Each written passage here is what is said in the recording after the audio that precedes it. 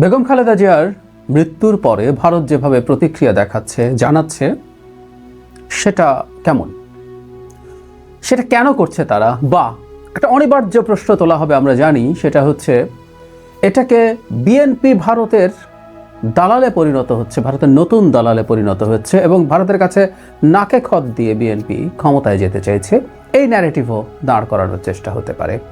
খানিকটা শুরু হয়ে গেছে বলা যায়। আসলে আমরা একটু দেখি ঘটনাটাকে আমরা কিভাবে দেখব, কিভাবে দেখা উচিত। দু তিনটা ঘটনা ঘটেছে। বেগম খালেদা জিয়া মারা যাওয়ার সাথে সাথে নরেন্দ্র মোদী তার এক্স অ্যাকাউন্টে স্ট্যাটাস দিয়েছেন। গতকাল বাংলাদেশে এসেছিলেন ভারতের পররাষ্ট্রমন্ত্রী জয়শঙ্কর, অন্যান্য লোকজনও এসছে, পাকিস্তানের লোকজন এসছে, ভুটান, নেপাল থেকে এসছে। ওটা গুরুত্বপূর্ণ না, আমাদের আলোচনার স্বার্থে ভারত গুরুত্বপূর্ণ। পাকিস্তানের সাথে ডক্টর ইউনূস সরকারের বেশ সুসম্পর্ক আছে, তারা আসতেই পারেন, বিএনপির সাথেও তাদের যোগাযোগ আছে, ধারণা করায় যে, এবং এই সুসম্পর্ককে আমি পজিটিভ অর্থে বলছি। ভারতের প্রেসক্রিপশনে পাকিস্তানের সাথে আমরা অহেতুক শত্রুতা করব, এটা হতে পারে না, যেটা শেখ হাসিনা করতেন, বা সম্পর্ক শীতল রাখা, সম্পর্ক কম রাখা, এটা হতে পারে না। বাংলাদেশ তার স্বাধীন ফরেন পলিসি ফলো করবে, যার সাথে যেভাবে যেভাবে সুসম্পর্ক রাখলে ভালো হয়, যতটুকু সম্পর্ক রাখলে ভালো হয় সেটা রাখবে। তো আমরা ভারতের ব্যাপারটা আলাপ করছি। শুধু সেটাই না, জয়শঙ্কর একটা বার্তা নিয়ে এসছেন নরেন্দ্র মোদীর কাছ থেকে, যেটা তারেক রহমানকে উদ্দেশ্য করে দেওয়া হয়েছে। এবং ফাইনালি দেখলাম আজই ভারতের পররাষ্ট্রমন্ত্রী রাজনাথ সিং আমাদের হাই কমিশনে যাবেন সেখানে শোক প্রকাশ করতে। তাহলে আমরা এভাবে বলতে পারি যথেষ্ট গুরুত্ব দিচ্ছে ভারত। ফলে তারেক রহমান ভারতের কাছে বিক্রি হয়ে গেছেন, এই ন্যারেটিভওয়ালারা খানিকটা খুশি হতেই পারেন যে এর মাধ্যমে এই ন্যারেটিভটা বেচা যেতে পারে। 3 দিন আগে নরেন্দ্র মোদী যে স্ট্যাটাসটা দিয়েছেন, তাৎক্ষণিকভাবে সেখানে, এগুলো পড়ে রাখা ভালো, খালেদা জিয়ার পরিবার ও বাংলাদেশের মানুষের প্রতি আমাদের গভীর সমবেদনা। এই মর্মান্তিক ক্ষতি সহ্য করার শক্তি যেন সর্বশক্তিমান তার পরিবারকে দেন। বাংলাদেশের প্রথম নারী প্রধানমন্ত্রী হিসেবে দেশটির উন্নয়নে পাশাপাশি, এই জায়গাটা খেয়াল করি, ভারত বাংলাদেশ সম্পর্ক জোরদারে খালেদা জিয়ার গুরুত্বপূর্ণ অবদান সবসময় স্মরণ করা হবে। তিনি 2015 সালে যে ঢাকায় এসছেন সেই ব্যাপারে উল্লেখ করে বলছেন, আমরা আশা করি তার দৃষ্টিভঙ্গি উত্তরাধিকার আমাদের পারস্পরিক অংশীদারিত্বকে ভবিষ্যতেও পথ দেখাবে। খালেদা জিয়ার আত্মা শান্তিতে থাকুক।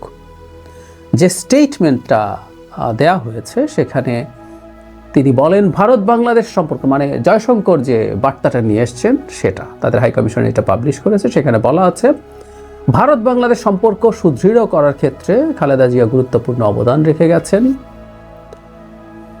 তিনি প্রত্যাশা করেন তারেক রহমানের নেতৃত্বে খালেদা জিয়ার সেই সম্পর্কগুলো এগিয়ে নিয়ে যাবে, তার এক নতুন পথ চলা নিশ্চিত করতে এবং ভারত বাংলাদেশের মধ্যকার গভীর ও ঐতিহাসিক অংশীদারিত্বকে আরও সমৃদ্ধ করতে আলোকবর্তিকা হিসাবে কাজ করবে। তিনি বলেন, বাংলাদেশের সাবেক প্রধানমন্ত্রী বাংলাদেশ জাতীয়তাবাদী দলের চেয়ারম্যান তিনি গভীরভাবে শোকাহত। 15 সালের কথা যেটা বলা হচ্ছে সেগুলো উল্লেখ করা হচ্ছে, যেটা তিনি দেখা করেছিলেন তখন সেই কথাটা বলছেন। তিনি আরও বলেন, তার প্রয়াণ এক অপূরণীয় শূন্যতা তৈরি করলেও তার আদর্শ উত্তরাধিকার চিরস্থায়ী হয়ে থাকবে। আমি নিশ্চিত যে বাংলাদেশ জাতীয়তাবাদী দল আপনার যোগ্য নেতৃত্বে সেই আদর্শগুলো এগিয়ে নিয়ে যাবে, একই সঙ্গে এক নতুন পথ চলা নিশ্চিত করতে ভারত ও বাংলাদেশের মধ্যকার গভীর ও ঐতিহাসিক অংশীদারিত্বকে আরও সমৃদ্ধ করতে আলোকবর্তিকা হিসাবে কাজ করবে, সহমর্মিতা জানাচ্ছেন, ইত্যাদি ইত্যাদি। মানে জনাব তারেক রহমানের নেতৃত্বে ভারতের সাথে বাংলাদেশের সম্পর্ক আরও ভালোর দিকে যাবে, এই আশা প্রকাশ করছেন এবং তিনি রেফারেন্স দিচ্ছেন এই সম্পর্ক উন্নয়নে তার মা, মানে তারেক রহমানের মা বেগম খালেদা জিয়ার গুরুত্বপূর্ণ ভূমিকা আছে। এখন ভারতের এই বক্তব্যগুলো থেকে কেউ ইন্টারপ্রেট করার চেষ্টা করতে পারে যে ভারত তো আমাদের শত্রু রাষ্ট্র, আমরা ভারতের 7 সিস্টার্স বিচ্ছিন্ন করে দিতে চাই, আমরা ভারতকে ভেঙে দিতে চাই, ভারতের মধ্যে মারাত্মক কেওস লাগিয়ে দিতে চাই, পারলে খানিকটা যুদ্ধও করতে চাই। তাহলে ভারতের প্রধানমন্ত্রী কেন নিজের এক্স অ্যাকাউন্টে এই ধরনের কথা বলছেন আর এই বার্তায় আরও বিস্তারিতভাবে বলছেন? এই প্রশ্ন কেউ না কেউ করতে চাইতে পারেন এবং এটার মাধ্যমে এই ন্যারেটিভটা কিন্তু হবে সামনে, মানে বাংলাদেশের সামনের নির্বাচনে কি ফ্রেম করা হবে সেটা একটু আমরা বলেই ফেলতে পারি। সেটা হচ্ছে বিএনপি ভারতের সাথে সংযুক্ত হয়ে, মানে তারা কতগুলো শক্তি এবং দেশকে, ভারত, আওয়ামী লীগ, বিএনপি, সেনাবাহিনী, এদেরকে একত্র করে বলবে তারা মূলত একই এজেন্ডায় এবার নতুন আওয়ামী লীগ, বিএনপিকে নতুন আওয়ামী লীগ হিসাবে প্রেজেন্ট করার চেষ্টা হবে।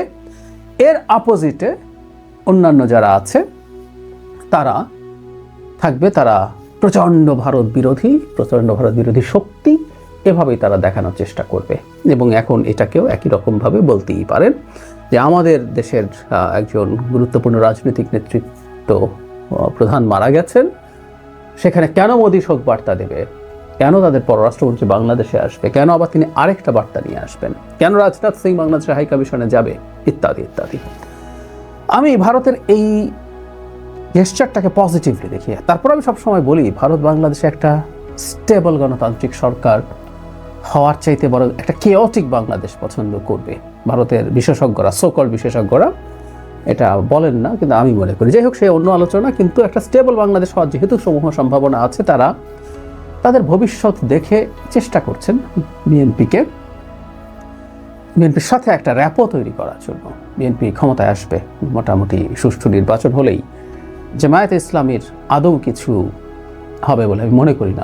অনেক কিছু মনে করেন, জামাত নিজেও হয়তো মনে করেন। তো তাহলে যে কথাটা বলছিলাম, যে দলটা ক্ষমতায় আসতে যাচ্ছে তার সাথে এনগেজ করার একটা চেষ্টা ভারতের দিক থেকে দেখছে, এবং এটা একটা পজিটিভ সাইন। আমি প্রায় একটা কথা বলি, ভারতের সাথে আমাদের, ভারতের উপরে ক্ষুব্ধ হওয়ার, রেগে যাওয়ার, ভারতের প্রতি আমাদের তীব্র কারো কারো ক্ষেত্রে ঘৃণাও যখন হয়, সেটাও খুব অযৌক্তিকটাও। তারা যা যা করেছে বাংলাদেশকে যেভাবে দেখতে চায়। কিন্তু যে পুরনো কথা, আপনি বন্ধু পাল্টাতে পারেন কিন্তু প্রতিবেশী পাল্টাতে পারেন না। ভারত এখানে থেকে যাবে। সুতরাং ভারতের সাথে এই যুদ্ধংদেহী অবস্থা থাকা দুই দেশের কারো জন্যই ভালো না। দুই দেশ ধীরে ধীরে, ওই যে আমরা একটা টার্ম ইন্টারন্যাশনাল পলিটিক্সে বা জিও পলিটিক্সে ব্যবহার করা হয়, ডিএসকালেট করা, টেনশন এসকালেট করা, মানে বাড়াতে থাকার চাইতে একটু কমিয়ে আনার চেষ্টা করতে হবে। করতে করতে দুই দেশের মধ্যে ওয়ার্কিং রিলেশনশিপ আসতে হবে, এবং অবশ্যই সেটা বাংলাদেশকে ভারত একটা স্বাধীন সার্বভৌম রাষ্ট্র হিসেবে স্বীকৃতি দেওয়ার মাধ্যমে। এটা সবচেয়ে জরুরি কথা। সো ভারতের দিক থেকে এই ধরনের চেষ্টা, এই ধরনের চর্চাকে আমি খুব পজিটিভলি দেখতে চাই। তারা এটা করার চেষ্টা করছেন, একটা অপশন রাখছেন। তাদের ফার্স্ট অপশন এটা না হলেও বিএনপি যদি জিতে যায়, তারা ভাববেন নির্বাচন যদি হয়ে যায় বিএনপি জিতে যাবে, এটা তারাও বোঝে। তাদের কাছেও যথেষ্ট ডেটা আছে, তাদের অ্যানালিসিস আছে, তাদের ইন্টেলিজেন্স আছে, সব কিছু যোগ করে সেই কাজটাই তারা করছেন। এবং বিএনপির দিক থেকে এখন এটার প্রতি খুব নেগেটিভ অ্যাটিটিউড দেখানো, মেজাজ খারাপ করা, এগুলো হাস্যকর, এগুলো খুবই হাস্যকর। যে দলটা ক্ষমতায় যেতে পারে, যে দল ক্ষমতায় যাওয়ার জন্য ফাইট করবে এবার বা পরের বার, জামায়াতে ইসলামীর কথা বলছি, তারাও কি কোনো কিছু লুকিয়ে টুকিয়ে করছেন না। ভারতের কূটনীতিক জামায়াতে আমিরের সাথে অসুস্থ হওয়ার পর দেখা করেছেন। রয়টার্স নামে একটা নিউজ দিয়েছে, যেখানে তিনি এই সাক্ষাতের খবর প্রচার করতে নিষেধ করেছেন। সেটা নিয়ে অনেকে নানান আলোচনা সমালোচনা করছেন। এটা ভারতীয় পক্ষই বলেছে। অবশ্য ভারতীয় পক্ষ বললে এটা গোপন কেন রাখবেন? জিএম কাদেরের সমালোচনা আমরা অনেকেই করেছি, যে ভারত চাইছে না বলে। তিনি সম্ভবত অসুস্থতার সময়, সেটা সম্ভবত গত অগাস্ট মাসের কথা। তো তখন যদি অসুস্থ সময় দেখা করেন, উনি এতদিন পরে বললেন, হোয়াটএভার, যে কথাটা বলছিলাম, ভারতের সাথে, কূটনীতিকের সাথে জামায়াতের আমি দেখা করছেন, ইটস ফাইন, এটা দেখা করবেন। মানে জামায়াতের সর্বোচ্চ পর্যায় থেকে ভারতের ব্যাপারে কি এমন কোনো মারাত্মক রেটরিক দেখছি যেটা ভারতের স্বাধীনতা, সার্বভৌমত্ববাদ, তার টেরিটরিয়াল ইন্টিগ্রিটি, তার ভূমির যে অখণ্ডতা, সেটার প্রতি হুমকি হয়? না, মোটেও না। এটা করতে পারে না, করা উচিতও না। এটা জামায়াত করবে না, বিএনপি করবে না, এনসিপিও করবে না। এটা কেউ যদি করে থাকে সেটাও অনুচিত।